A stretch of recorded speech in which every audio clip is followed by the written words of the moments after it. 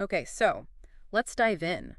Learning new things, it can feel like a huge effort sometimes, right?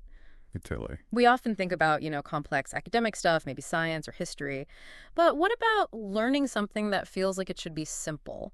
Like friendship. Hmm. Our source today actually calls this process, well, Herculean. Yeah, Herculean. And the source defines that it means having extraordinary power or maybe difficulty, intensity. Wow. So it's not positioning understanding friendship as just, a gentle slope, but as something genuinely tough, demanding even. Seems like quite a perspective. So Yeah. our mission here in this deep dive is really to explore why. Why does the source see learning about friendship as so challenging? We want to pull out those key insights, those surprising moments it talks about. Exactly. And maybe as you're listening, think for a second about the hardest thing you've ever had to learn. Anything specific? What really surprised you about it?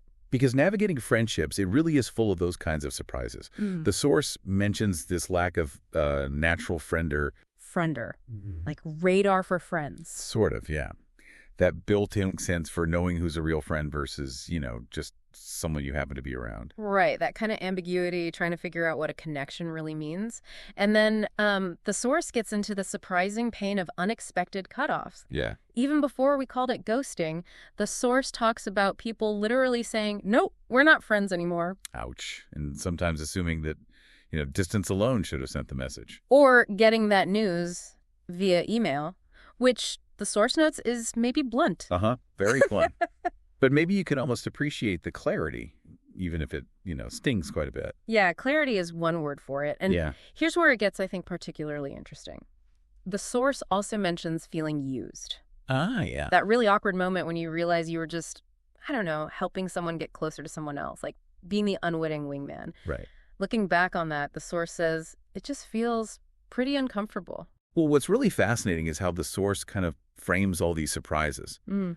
It suggests basically that the world is unpredictable because everyone's got their own unique background, their own experiences shaping how they act. Stuff we can't control. Exactly. We can't control that. Yeah. But the source really emphasizes that figuring out what's happening and reacting appropriately, that is something we can do. That's within our power.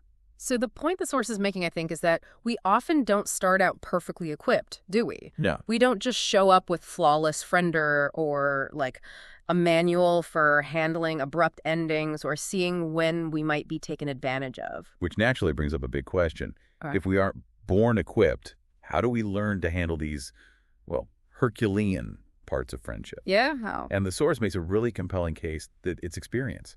Experience is the teacher. It helps us adapt by using what we have. Using what we have. I like that. It really resonates. It actually reminds me of that quote the source includes from Arthur Ashe. Oh, right. Start where you are.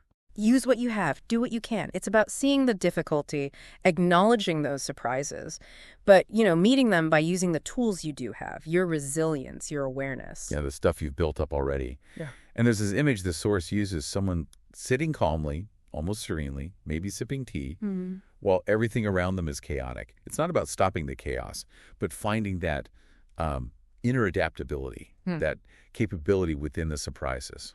So, wrapping this up, what's the core takeaway from this deep dive?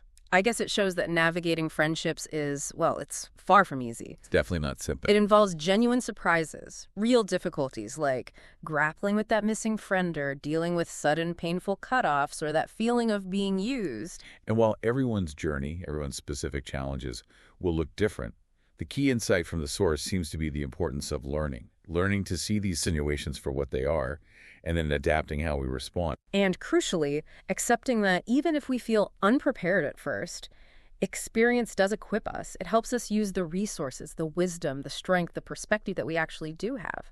Think about your own journey with friendships. How does all this land with you? Yeah, considering what the source lays out, how does that idea of adapting, of using what you have, how does that specifically help you navigate the surprising difficulties, the emotional knots that can pop up in your own friendships? That's definitely something powerful to think about.